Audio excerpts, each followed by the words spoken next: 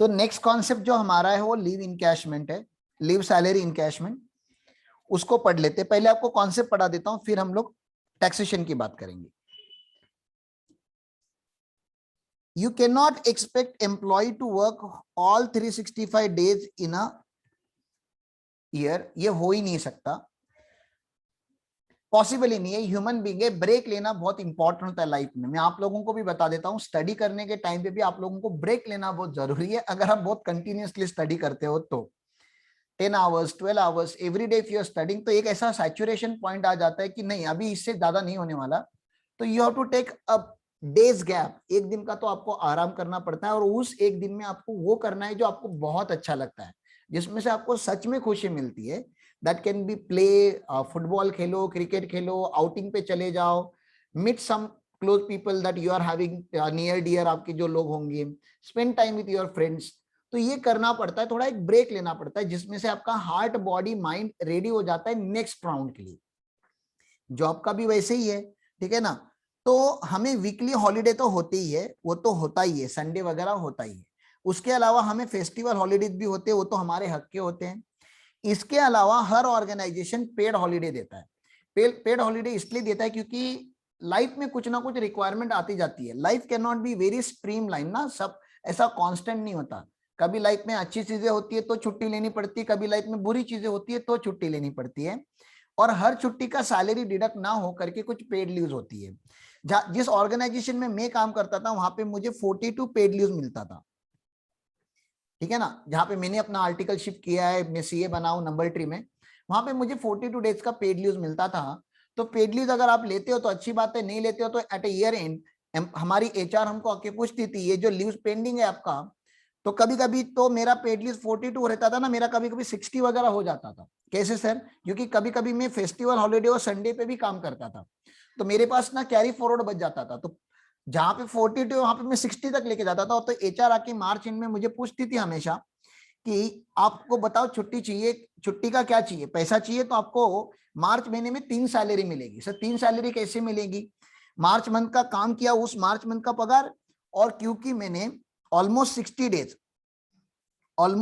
Days मैंने छुट्टी नहीं ली जो मेरे हक की थी। मैं ले सकता था but I did not take those holidays. तो 60 डेज का मुझे पेड लीव मिलता है, तो मुझे 3 पगार मिल सकते थे यहाँ पे।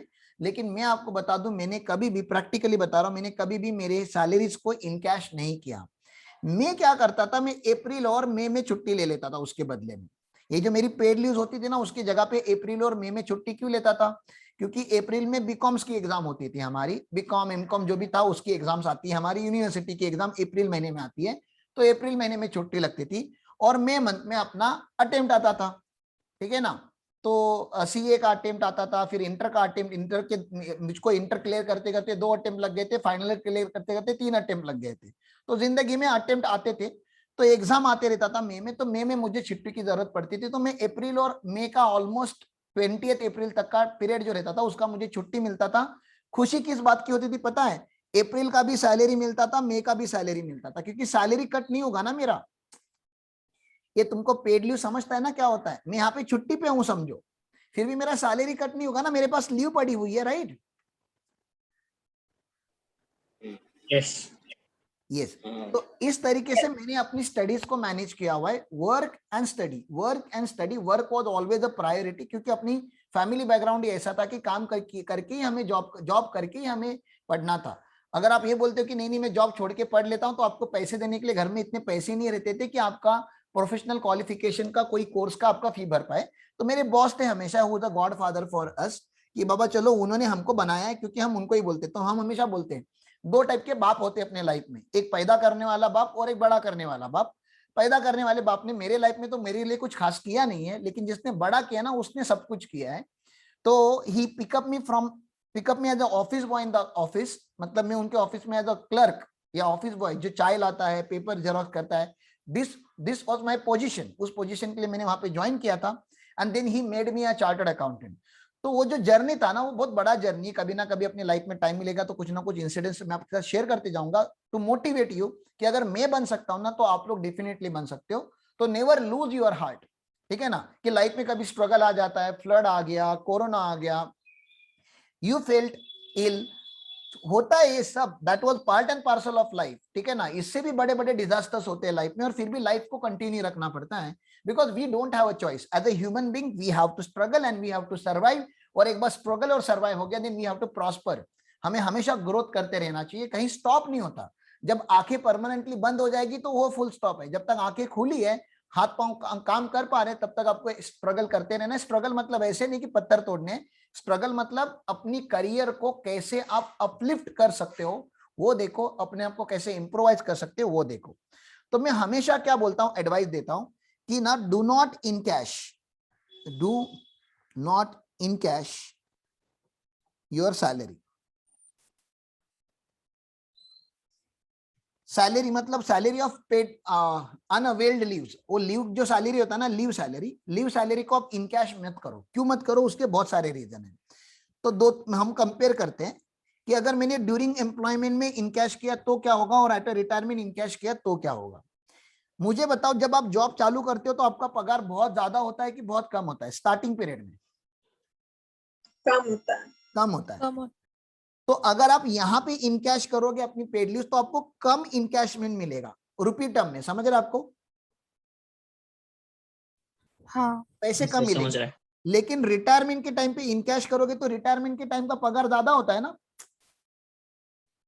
हाँ बढ़ जाता ज्यादा होता है, तो यहाँ पे आपको अमाउंट ज्यादा मिलेगा। तो मॉनेटरी टर्म में मुझे बता दो, मॉनेटरी टर्म में which is more beneficial for you during employment और at a time of retirement, ज्यादा बेनिफिशियल क्या है? Time of retirement. है। At a time of retirement, monetarily. ठीक है, तो ये मॉनेटरी प्लानिंग हो गया, फाइनेंशियल प्लानिंग हो गया। लाइफ प्लानिंग, क्या लाइफ सर्टेन है? मैंने अभी अभी बोला लाइफ अनसर्टेन है। आपको नहीं लगता आपके पास अगर आपकी हक की छुट्टी अगर हमेशा आपके पास कैरी फॉरवर्ड में होगी, लोग क्या करते हैं, जिनकी जितनी लीव्स उनको मिलती है ना, उससे ज्यादा छुट्टी ले लेते हैं, और फिर जब उनको कुछ ऐसे लाइफ में सडनली कुछ रिक्वायरमेंट आती है तो उनके पास लीव्स नहीं होती, और फिर ऑर्गेनाइजेशन उनकी लीव्स डिनाई करता है। तो आपको नहीं लगता लाइफ मैनेजमेंट के लिए कुछ छुट्टी हमेशा बैलेंस होना अच्छी बात होती है? बोलो। Yes yes yes, yes. कुछ छुट्टीज को हमें बैलेंस रखना पड़ेगा, क्योंकि life is completely uncertain life, we never know what will happen tomorrow. तो ये लाइफ प्लानिंग की बात होगी। चलो ये सब सर फालतू बात आपने बता दी, अब बताओ टैक्स प्लानिंग की। मैं आपको बता रहा हूं, अगर आपने लीव इनकैशमेंट किया ड्यूरिंग एम्प्लॉयमेंट तो ये टैक्सेबल हो जाएगा, और मैं बता रहा हूं अगर आपने इनकैश किया at a time of retirement तो ये एग्जम्प्ट हो जाएगा। Which one is better, taxable और exempt? Exempt. exempt is better. तो I request you and I command you strongly कि अगर आपके पेरेंट्स है या आपके क्लाइंट से आगे जाके और उनके पास लीव इनकैशमेंट अगर होगी, अगर मेरे ही आप क्लाइंट होते तो मैं आपको यही बताता कि सर पेड लीव्स को आप in cash during the employment मत करो, उसको पेंडिंग रहने दो, eight a time of retirement उसको देख लेंगे, क्योंकि टैक्सेबिलिटी को उस तरीके से डिजाइन किया गया है। तो let us see that particular taxability.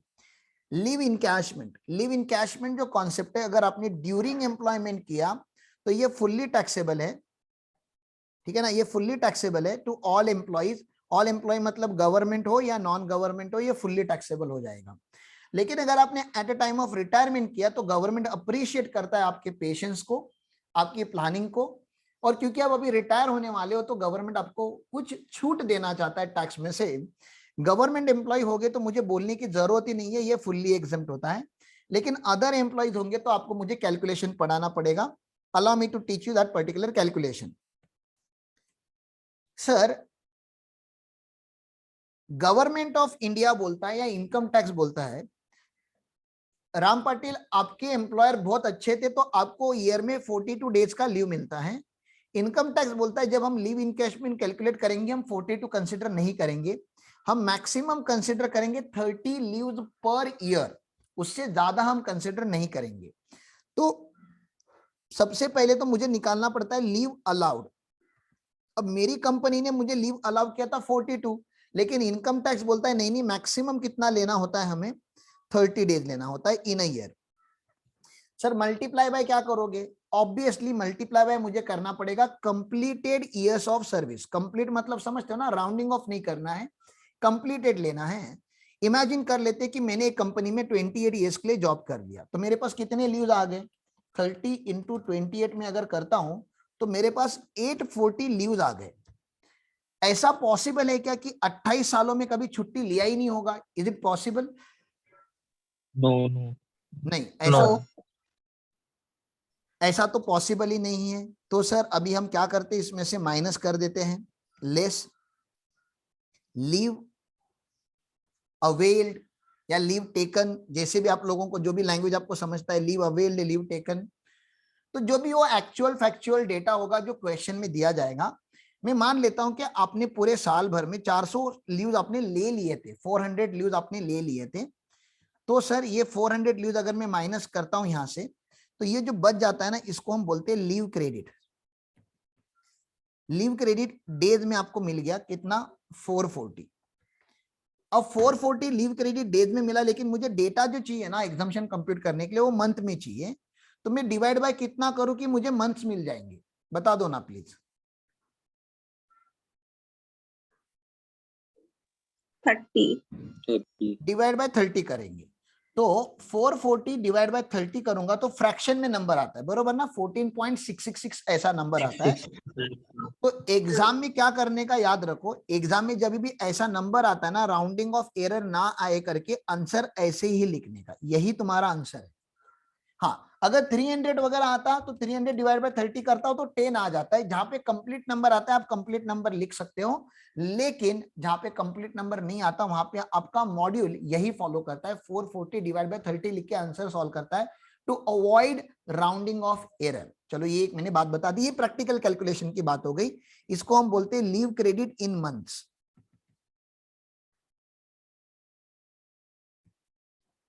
अब आपको एग्जम्पशन कंप्यूट करना है, एग्जम्पशन अंडर सेक्शन 10(10)(a), ठीक है ना? इस सेक्शन में हमें एग्जम्पशन कंप्यूट करना है। पहला नंबर है हमारा कि बाबा आपका कितना लीव क्रेडिट है, वो देखो। लीव क्रेडिट मंथ्स में कितना है, इनटू हमें करना होता है average salary per month. Okay, average salary per month ये करना पड़ता है, ये जो नंबर आएगा आएगा। मुझे तुम बता दो सैलरी का जनरल मीनिंग क्या है? सैलरी का बोल दो। बेसिक प्लस डीए प्लस लेकिन टर्न डीए और प्लस वाला प्लस टर्नओवर कमीशन, ठीक है ना? ये हमारा जनरल मीनिंग ऑफ सैलरी है। क्योंकि मुझे एवरेज सैलरी है, यहाँ पे भी फॉर 10 मंथ्स लेना पड़ता है, लेकिन यहाँ पे एक थोड़ा सा हल्का सा डिफरेंस है। ये जो 10 मंथ लिया ना, यहाँ पे लिखा है preceding the date of retirement. इसका मतलब क्या होता है, समझ रहे आप लोगों को? अगर मैं 31 दिसंबर पे अगर रिटायर हुआ तो दिसंबर का सैलरी लेना पड़ेगा ना मुझे। हाँ, हाँ लेकिन जब हमने ग्रेचुइटी में ये बात की थी तो वहां पे लिखा था preceding the month of retirement, तो वहां पे दिसंबर इग्नोर करना था। तुम समझ रहे हो, इतना सा ही फर्क है। यहाँ पे हाँ डेट लिखा है, वहां पे मंथ लिखा है। तो यहाँ पे मैं क्या लिखूं, इंक्लूडिंग मंथ ऑफ रिटायरमेंट लिखूं कि एक्सक्लूडिंग मंथ ऑफ रिटायरमेंट लिखूं? ये जल्दी बोलो। मैं आपको ग्रेचुइटी के साथ कंपेयर करके देता हूं। यहाँ पे देखो मैंने क्या लिखा है, preceding the month of retirement बोला है, यहाँ पे preceding the month of retirement. इसलिए मैंने क्या लिखा कि जो रिटायरमेंट मंथ है उसको छोड़ना पड़ेगा ना मुझे, excluding the month of retirement लेना पड़ेगा। तो मैं फर्स्ट दिसंबर पे मैं भले रिटायर हूं, या मैं 4th दिसंबर पे रिटायर हूं, या मैं 15th दिसंबर पे रिटायर हूं, मैं कभी भी रिटायर हूं, मेरी मर्जी यार, ठीक है ना? तो आपको पूरा दिसंबर इग्नोर करना है।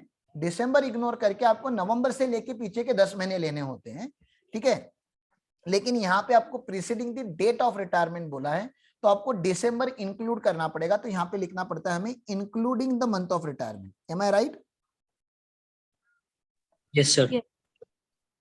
Yes including the month of retirement. बस इतना ही डिफरेंस है। ये बेसिक सैलरी आ गया तो मुझे एवरेज सैलरी निकालना है। एवरेज सैलरी निकालने के लिए सर जो भी आप लोगों ने अभी कंप्यूट किया है salary for 10 month divide by 10 कर दूंगा, एवरेज सैलरी आ जाएगा। उससे यहाँ पे मल्टीप्लाई करना है बस। पहला नंबर क्लियर है ना? पहला नंबर तो बोलता है तुम्हारे पास जितना लीव क्रेडिट है मल्टीप्लाई बाय कर लेना एवरेज सैलरी पर मंथ, एकदम इजी है। चलो आगे। हाँ, यस अब सेकेंड नंबर क्या बोलता है? सेकेंड नंबर बोलता है भैया तुमने तो 12 महीने, 15 महीने, 18 महीने अक्यूमुलेट करके रखे हुए। अब मेरे एग्जांपल में 14 मंथ 14.66 कुछ आ रहा है। 15 महीने तुमने अक्यूमुलेट करके रखे, पागल हो तुम? इतना कौन अक्यूमुलेट करता है? गवर्नमेंट बोलता है मेरा कैपेसिटी नहीं है इतना एग्जाम्शन देने का, मैं मैक्सिमम 10 महीने का एग्जाम्शन दे सकता है भाई। तेरा लीव क्रेडिट 8 महीने का होगा तो 8 महीने का एग्जाम्शन नहीं, लेकिन तेरा लीव क्रेडिट 12 महीने का होगा तो मैं 10 महीने पे रुकेगा। तुमको ये 10 मंथ का लॉजिक समझ रहा है? गवर्नमेंट बोलता है मैक्सिमम 10 महीने का सैलरी एग्जाम्प्ट कर सकता है, उससे ज्यादा नहीं। आपको मिल सकता है उससे ज्यादा सैलरी, वो तो आपको उतना मिलेगा जितना आपका लीव क्रेडिट है। मैं एग्जाम्शन 10 महीने से ज्यादा नहीं दे सकता, बहुत ज्यादा मजाक हो रहा है। एक एक साल का सैलरी कौन अक्यूमुलेट करके रखता है? ठीक है ना? तो उन्होंने बोला 10 महीना into average salary per month. तो पहले वाले पॉइंट का लॉजिक ये है कि leave credit into average salary per month, ये एक्चुअल नंबर है जो आपके आए कैलकुलेशन करके। अगर ये 7 होते तो हम 7 लेते, अगर ये 8 होता तो 8 लेते, 9 होता तो 9 लेते, 10 होता तो 10 लेते, 12 होता तो हमारा जो मैक्सिमम एग्जाम्शन है वो 10 मंथ से ज्यादा नहीं हो करके हमने 10 मंथ को भी यहाँ पे कंपेयर करके रखा हुआ है। आई होप कि इतना मैंने आपको टैक्स पढ़ा दिया है अभी तक कि आप थर्ड नंबर गेस कर पाओगे। गेस करो।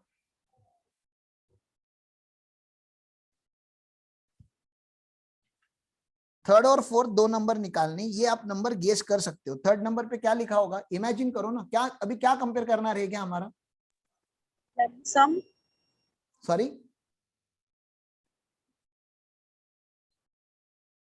अभी क्या कंपेयर करना? अभी दो नंबर और, ये तो दो हमने कैलकुलेट किए, अभी दो नंबर हमें और कंप्यूट करने मतलब कंपेयर करने बाकी है। क्या नंबर कंपेयर करता होगा इनकम टैक्स?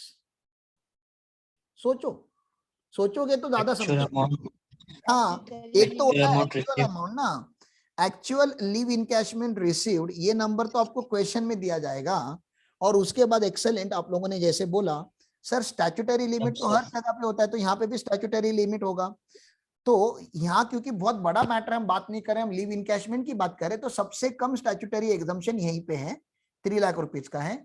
ये अमाउंट्स आपको मिल जाएंगी, ये क्वेश्चन में मिल जाएगा। ये दो आपने कंप्यूट कर लिया, इसमें का which ever is lower exempt हो जाता है। बोलो क्लियर है? लॉजिक क्लियर है? पहले हर चीज का लॉजिक क्लियर है? यस। ठीक है, तो अभी मैं आपको थ्योरी पढ़ा देता हूं फटाफट, और उसके बाद हम प्रैक्टिकल क्वेश्चन करेंगे।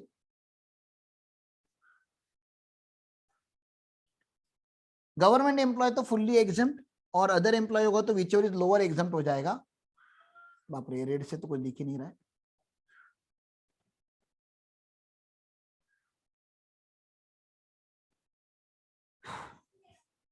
Leave credit in months into average salary per month, 10 month into average salary per month, actual leave encashment received, statutory limit 3 lakh rupees, which ever is lower exempt हो जाएगा। तो सर टैक्सेबल कैसे निकालेंगे? Sir taxable निकालेंगे दोनों को minus करके, ठीक है ना। सर लीव क्रेडिट कैसे निकालेंगे? लीव अलाउड, लेकिन लीव अलाउड में एक क्राइटेरिया क्या है कि मैक्सिमम 30 डेज इनकम टैक्स बोलता है, और यहाँ पे इनटू करना पड़ेगा कंप्लीटेड ईयर्स, तो फ्रैक्शन ईयर दिया होगा तो पूरा इग्नोर कर लेना। लीव क्रेडिट इन डेज आ जाएगा आपको, लीव टेकन माइनस करने के बाद उसको डिवाइड बाय 30 कर दो तो लीव क्रेडिट इन मंथ आ जाता है। सैलरी का मतलब होता है basic salary plus DA in terms plus turnover commission for 10 month preceding the date of retirement. Date यहाँ पे इंपॉर्टेंट वर्ड है, इसलिए यहाँ पे इंक्लूडिंग रिटायरमेंट लेना पड़ता है। इसका और एक लॉजिक मैं आपको बता देता हूं, अगर आप 31 दिसंबर पे अगर रिटायर होते हो तो दिसंबर से लेके पीछे के 10 महीने लेने पड़ते हैं। लेकिन अगर आप 15 या 16 दिसंबर पे अगर आप रिटायर होते हो, 16 दिसंबर पे मान लेते हैं आप रिटायर हो रहे हो, तो दिसंबर का तो आधा ही महीना आया ना। हाँ। हाँ हाँ, एक सैलरी बनाने के लिए, एक सैलरी बनाने के लिए आपको नवंबर का भी आधा लेना पड़ेगा, तुम समझ रहे हो? हाँ। एक महीने का सैलरी बनाने के लिए दिसंबर का आधा सैलरी, नवंबर का आधा सैलरी, ऐसे पीछे पीछे पीछे जाना पड़ेगा। इधर का आधा सैलरी, उधर का आधा सैलरी। ये समझ रहा है मैंने क्या बोला आप लोगों को? क्योंकि बीच में किधर ना किधर ये देखो, ये प्रॉब्लम कब आएगा? जब बीच में इंक्रीमेंट आया होगा। इंक्रीमेंट नहीं आया होगा ना तो कोई इश्यू है ही नहीं। इंक्रीमेंट अगर नहीं आया होगा बीच में ना, तो 10 महीने का सैलरी तो कांस्टेंट हो जाता है। सैलरी, एवरेज सैलरी चेंज कब होता है, तुमको समझ रहा है ना, सैलरी को मल्टीप्लाई बाय 10 कर रहे हैं, डिवाइड बाय 10 कर रहे हैं, तो 10 तो कट हो सकता है। हेलो, हाँ लेकिन ये सैलरी कांस्टेंट होगा तो ये ऐसे होगा ना राजा, 8 महीना सैलरी कुछ और था और 2 महीना सैलरी कुछ और था, तो प्रॉब्लम आएगा ना, ये तभी कट नहीं होता ऐसे। I hope you understand this, ठीक है ना। तो कभी कभी क्वेश्चन आपको यहां तक भी लेके जाएगा कि 16 दिसंबर पे रिटायर हुआ है तो हाफ ऑफ मंथ लेने का, और अगर 21 दिसंबर वगैरह बोला ना, 21 दिसंबर वगैरह रिटायर हो रहा है, बहुत हाई लेवल पे जाएगा तो क्वेश्चन यहां तक जा सकता है कि 21 दिसंबर पे रिटायर हुआ है एम्प्लॉय, 21 दिसंबर पे एम्प्लॉय रिटायर हुआ है, तो 21 दिसंबर मतलब